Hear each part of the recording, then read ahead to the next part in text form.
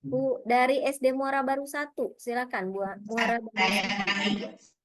Assalamualaikum warahmatullahi wabarakatuh. Waalaikumsalam.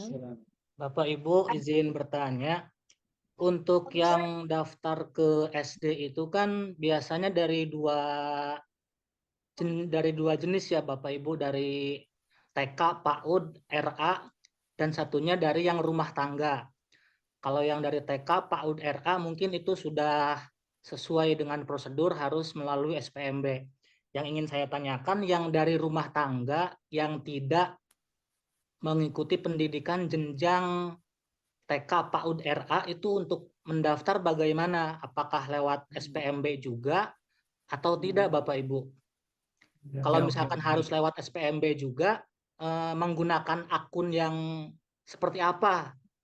Atau solusinya bagaimana? Kalau yang tidak dari jalur TK, PAUD, atau RA. Seperti itu Pak. Terima kasih. Assalamualaikum warahmatullahi wabarakatuh.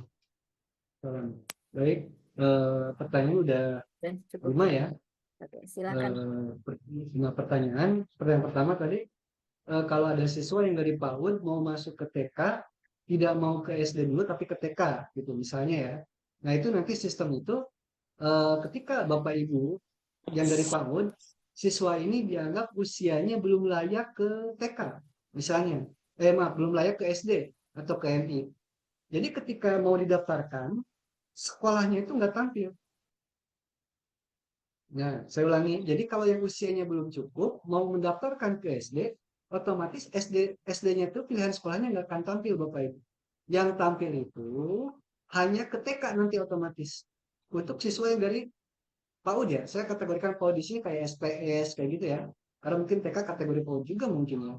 Nah, kemudian untuk apa siswa dari SPS, PKB, dan sejenisnya, ketika siswa itu usianya belum cukup masuk ke SD, itu otomatis siswa itu akan hanya direkomendasikan masuk ke TK. Kalau usianya di bawah standar yang diwajibkan masuk ke SD. Itu nggak usah khawatir kalau usianya belum cukup, sekolah SD-nya nggak akan tampil. Hanya yang tampil itu pilihan sekolah TK saja. Gitu. Jadi silakan uploadkan saja. Ketika diuploadkan mau didaftarkan, kalau usianya belum cukup, itu ada pilihan TK. Nah, bagaimana kalau usianya sudah cukup, tapi tetap mau di TK, tetap di situ TK-nya juga akan tampil, plus sekolah SD-nya juga tampil. Tinggal dipilih saja. Gitu. Kemudian pertanyaan berikutnya yaitu ketika ada siswa warga Karawang atau warga bukan Karawang yang tidak bersekolah di Karawang, saya tambahkan lagi, atau siswa lulusan tahun sebelumnya, baik itu sekolah di Karawang atau tidak di Karawang. Otomatis itu kategori siswa yang tidak memiliki akun. Nah, yang tidak memiliki akun, bagaimana caranya? Silakan tinggal datang langsung ke sekolah tujuan. Misalnya saya lulusan SD Jakarta misalnya. Nah, tapi kartu keluarga saya masih di Karawang.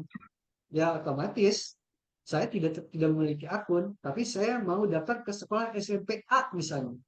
Ya tinggal datang aja di hari pendaftaran, sampaikan ke panitia SPMB di sekolah tersebut, saya dari warga Karawang, ini kartu keluarga saya, cuman saya sekolahnya di Jakarta, tolong dibantu didaftarkan.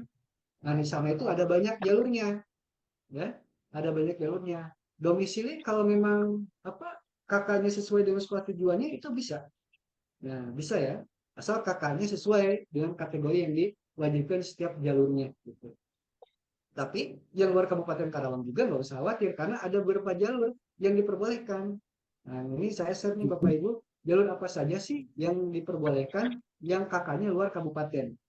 Kalau Bapak Ibu perhatikan baik-baik di sini, di jalur SMP, khususnya SMP dulu nih.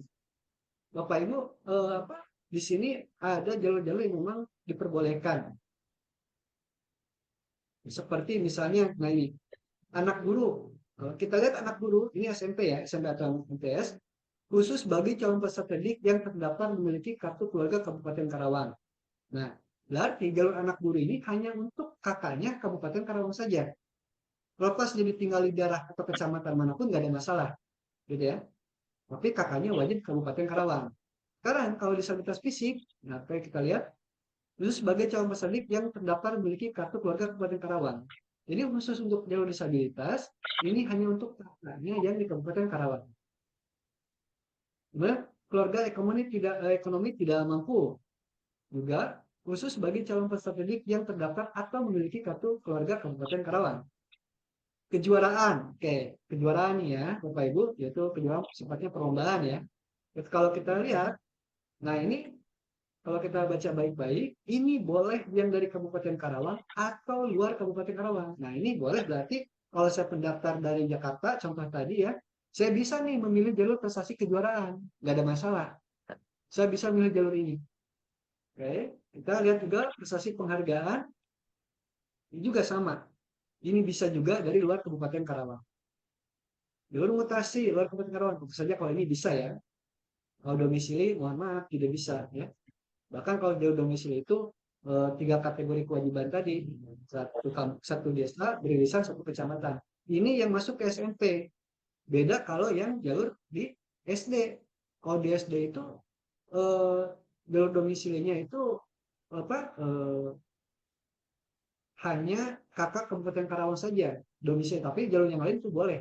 Seperti disabilitas ini boleh nih kalau SD itu dari dalam atau luar Kabupaten Karawang. Bisa daftar dari dalam atau luar Kabupaten Karawang. Domisilinya, nah, wajib domisilinya itu dari kakaknya wajib Kabupaten Karawang. Kalau PAUD boleh dari manapun, tidak ada masalah. Oke. Sekarang ke pertanyaan berikutnya, yaitu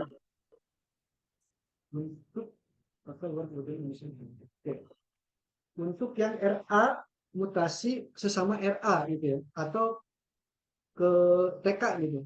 Apakah melewati jalur SPMB atau sekolah sebelumnya diluluskan dulu atau gimana?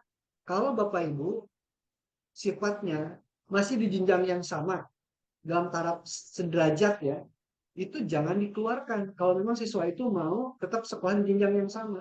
Kalau Bapak Ibu di RA A dan RA B, yang di RA-nya jangan diluluskan, cukup dimutasikan saja. Kalau mau sistemnya melanjutkan tapi di jenjang yang sama.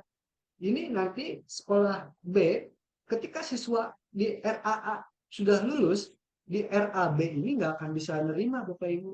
Karena statusnya ini udah udah lulus dari jenjang sederajat.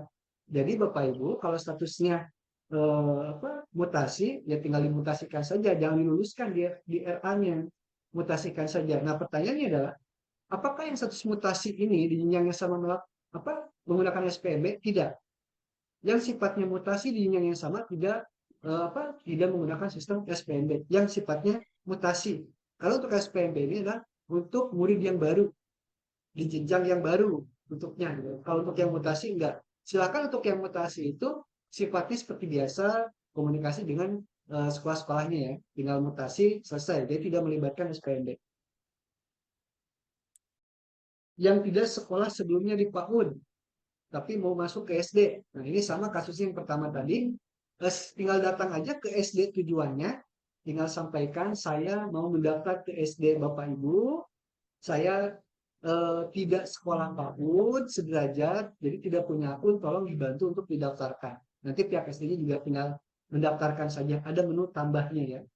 Ada menu tambahnya. Begitu.